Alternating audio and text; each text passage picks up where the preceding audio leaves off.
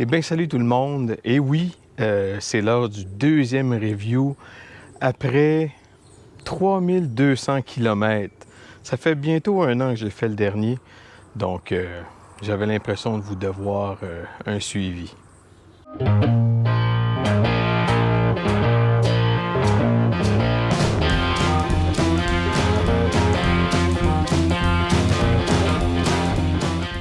Ben, c'est simple. En fait, évidemment, j'ai appris à connaître la moto avec ces 3000 quelques kilomètres de fait.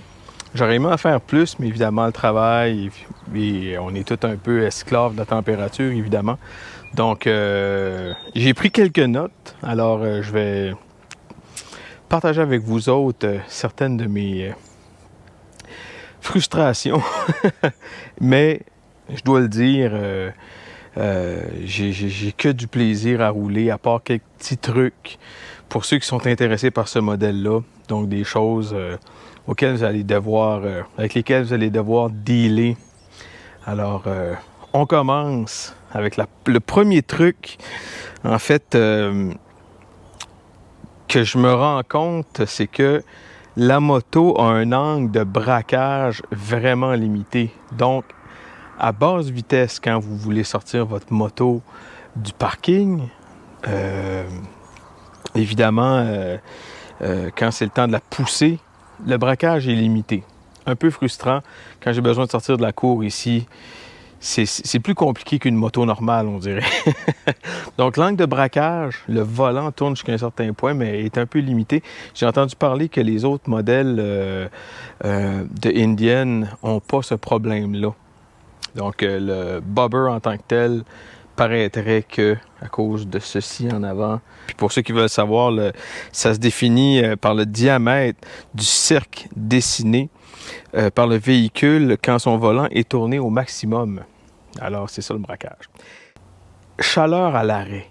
OK, on s'entend. Une belle journée ici au Québec, quand on a du 30 degrés, on est très heureux. On roule pendant 1 heure sur un chemin de grande vitesse et on arrive dans à quelque part dans une ville où il y a des lumières, des feux de circulation. La chaleur de ce cylindre-là et de l'échappement est vraiment intense. Donc, ce cylindre-là qui se désactive quand vous voulez le désactiver, à l'arrêt, évidemment, ça aide un peu. Et la chaleur de l'exhaust ici, c'est vraiment, mais vraiment intense. Alors, il faut faire attention, il faut vraiment garder son pied, sa jambe loin du système d'échappement parce que ça peut vous cuire. Je me suis brûlé 2 fois, en fait, là, où j'ai vraiment senti la chaleur passer au travers de mes jeans de conduite en plus. Donc, ouais, ça, vous allez vous rendre compte que vous pouvez vous faire cuire des œufs, un grilled cheese, un steak, ce que vous voulez là-dessus après avoir roulé un petit bout. Évidemment, au niveau de l'électronique, je trouve que l'électronique n'est pas complètement fiable. Ce que je veux dire, c'est que j'ai eu quelques petits bugs d'électronique jusqu'à date, au point où j'arrivais plus à partir la moto. Alors, il a fallu que je débranche la batterie. Vous voyez le genre de problème que j'ai eu, là, c'était vraiment technique. Il m'envoyait plein de codes d'erreur. J'ai débranché la batterie, j'ai rebranché la batterie le lendemain et la moto est repartie. Mais j'ai été quand même incapable de la repartir la veille. Pour quelle raison, j'ai aucune idée. Tout ce que je sais, c'est que ça a fonctionné. Ça, c'est un exemple. Il y a des codes d'erreur qui viennent et qui repartent. Je ne sais pas qu'est-ce qui se passe. Évidemment, ce que nous, on appelle ici au Canada le gauge à gaz, c'est-à-dire ce qui nous donne l'information de combien il reste d'essence dans le réservoir est souvent erroné. Alors après le plein, l'aiguille ne va pas du tout jusqu'au bout pour indiquer que c'est plein d'essence. Alors au niveau du senseur dans la tank, j'imagine qu'il y a un problème parce que, évidemment, la lecture n'est pas bonne, même si je viens de faire le plein, comme je dis. ça n'indique pas que la moto est pleine d'essence. Donc, même chose pour le nombre de kilomètres qui reste d'autonomie. Je ne peux pas m'y fier si la moto pense qu'il y a moins d'essence qu'il y en a vraiment. Donc, je ne sais pas trop comment gérer ça. Je ne sais pas s'il y en a d'autres qui ont ce problème-là aussi, mais moi, dans mon cas, j'y vais par le kilométrage que je fais. Je me fie plus au kilométrage que je roule plutôt que de me fier à ce que m'indique la moto sur le nombre de kilométrages qui reste d'autonomie ou l'aiguille d'essence qui est souvent erronée. Le banc. Le banc original est vraiment merdique. Alors, pour ceux et celles qui veulent faire un peu de route, je vous garantis des problèmes. Et puis, j'ai changé pour le banc Confort Plus de Indian. Et je suis capable de rouler un 350-400 km par jour sans trop de problèmes. Ça reste un banc, je dirais, semi-confortable, mais c'est beaucoup mieux que le banc d'origine. Donc, vous allez me dire que peu importe la qualité du banc qu'on met sur notre moto, c'est rare qu'on peut rouler vraiment longtemps sans avoir de petits désagréments. Mais dans ce cas-là, c'est confirmé, le banc d'origine, c'est vraiment de la merde. Alors, préparez dans votre budget l'achat du banc au minimum Confort Plus ou peut-être dans une autre marque comme Corbin. J'en ai déjà parlé dans mes capsules. Et puis là, pour l'instant, ça va. Maintenant, la suspension arrière. La suspension arrière, vous voyez le genre de shape que j'ai. Je frappe souvent le fond. J'ai adapté, j'ai amélioré, j'ai resserré un peu les ressorts, mais malgré ça, ça reste quand même avec un débattement de 3 pouces. C'est pas beaucoup. Donc, il y a certains, pas dénivelés, mais il y a certaines bosses qui vont faire en sorte que la suspension arrière va tout simplement pas fournir.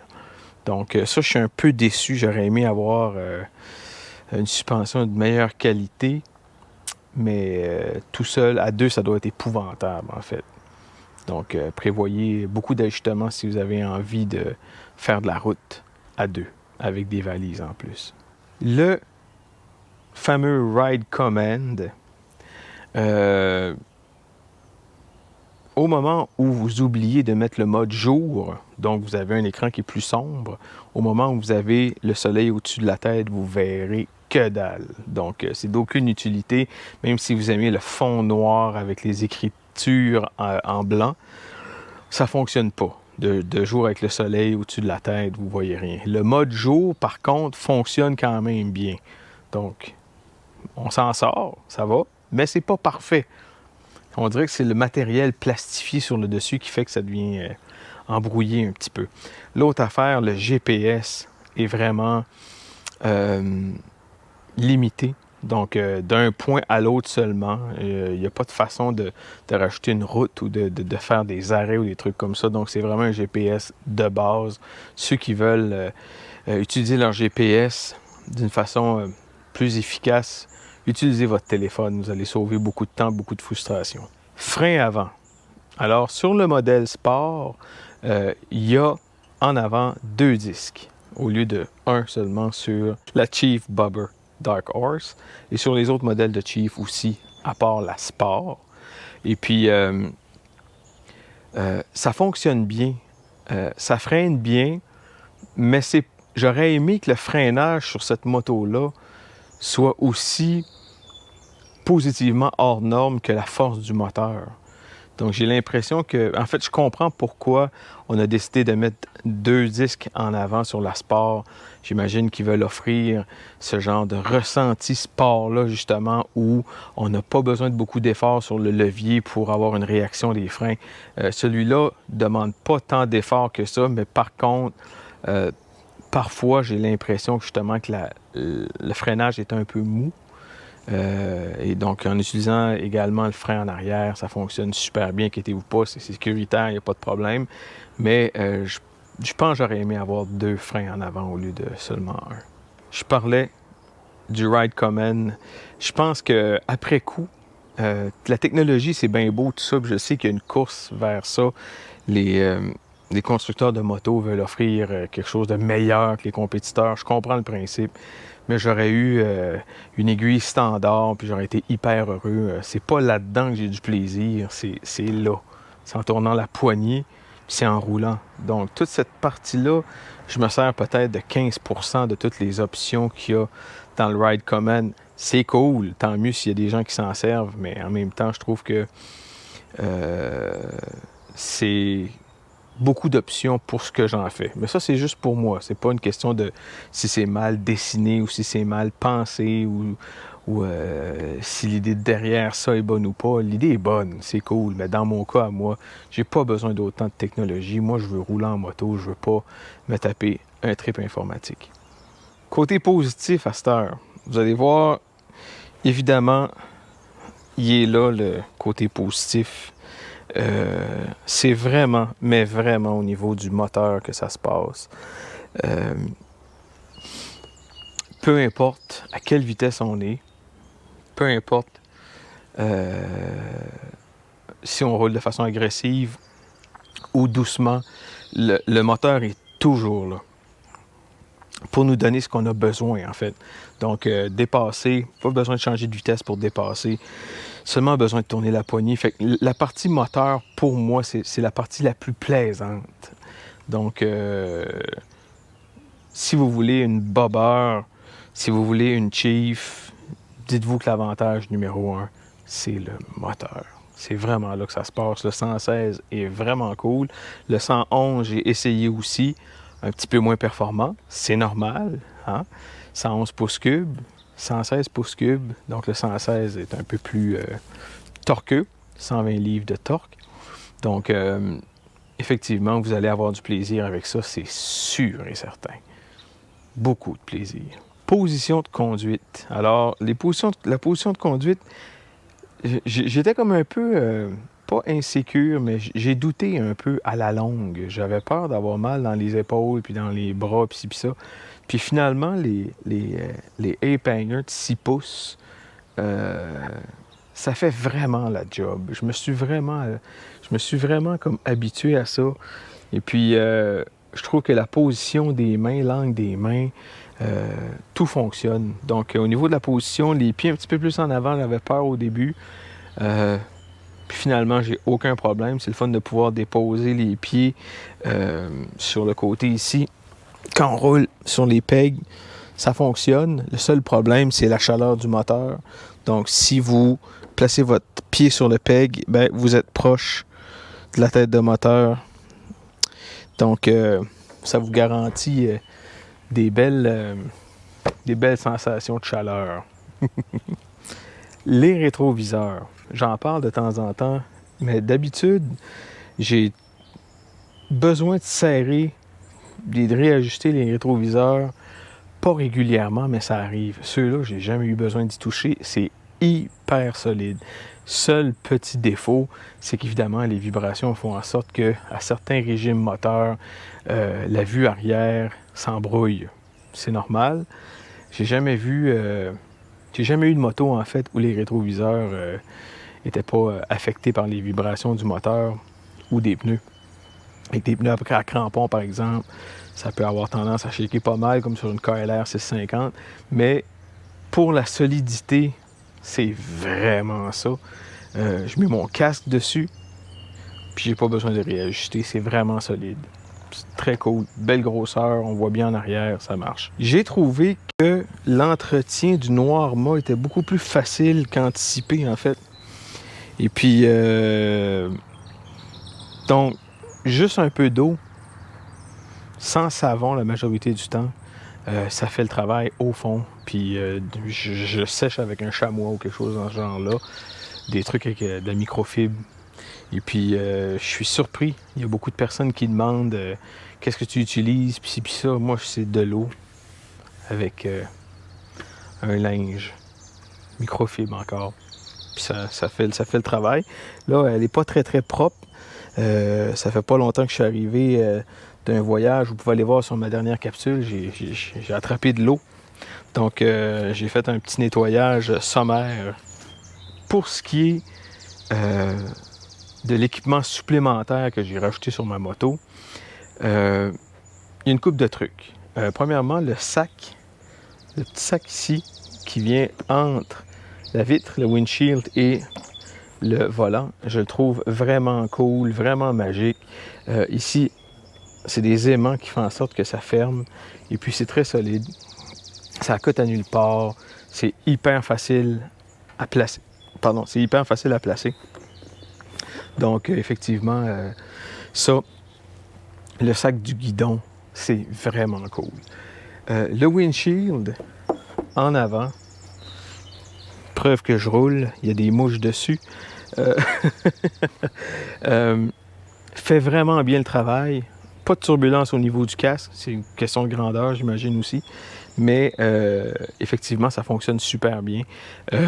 J'ai pas de problème, j'ai pas de vent dans le coffre, j'ai pas de vent nulle part qui me dérange. Puis ça protège quand même bien de la pluie aussi. Pour ce qui est du corps, en tout cas, pas les devants de jambes évidemment, mais pour le reste, ça va super bien. Donc, effectivement, je vous le conseille. Encore là, il y a eu une pénurie de teintés là, pendant un petit bout. Là, il y avait seulement en clair. C'est cool clair aussi si vous aimez ça. Je trouve que le Dark Horse, je trouve que le thème de l'avoir en noir, je le trouve cool. Un petit peu plus. Les valises, évidemment, ça c'est une petite déception en fait. De un, c'est vraiment pas grand. Je confirme qu'on peut tellement pas mettre grand-chose là-dedans. Là, présentement, j'ai une coupe de trucs, de la crème solaire, puis des outils, puis ci, puis ça. Mais avec le peu de kilométrage que j'ai fait, le snap ou le bouton pression ici, la partie qu'il y a sur le sac même est déjà tombée. Donc, il n'y a eu rien de force utilisé pour le desnapper, juste en essayant de l'ouvrir, paf. Fait que, je trouve que pour le prix que ça coûte, je m'attendais de un que les boutons soient faciles à enlever, soient faciles à desnapper, mais que déjà il y ait un bris, ça je trouve ça complètement ridicule. Puis de toute façon, des deux côtés, c'est la même chose. Les snaps qui sont du côté du banc, ici, sont hyper difficiles à enlever, au point où le cuir autour du bouton commence à ramollir un peu. Donc ça, je comprends pas vraiment.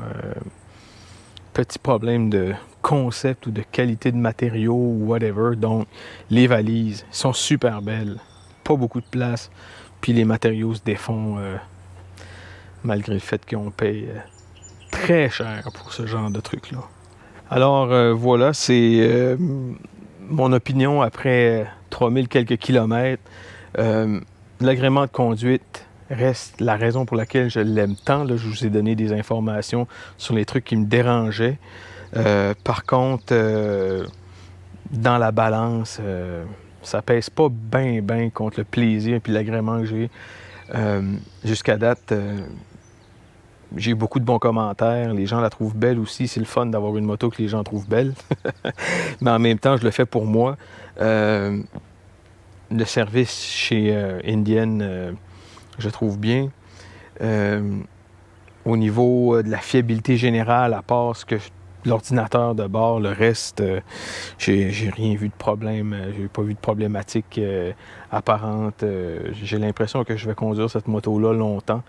C'est vraiment un coup de cœur que j'ai encore un an plus tard, presque un an plus tard. Depuis l'achat, j'ai jamais regretté, en fait, d'avoir marié cette moto-là. Alors, si vous avez des questions, gênez-vous pas. Allez dans les commentaires en bas, ça me fera plaisir de vous répondre. J'ai fait le tour. Si jamais vous avez des commentaires également, gênez-vous pas. Ça va me faire plaisir de vous répondre. Alors, voilà. Vive les Indian Dark Horse.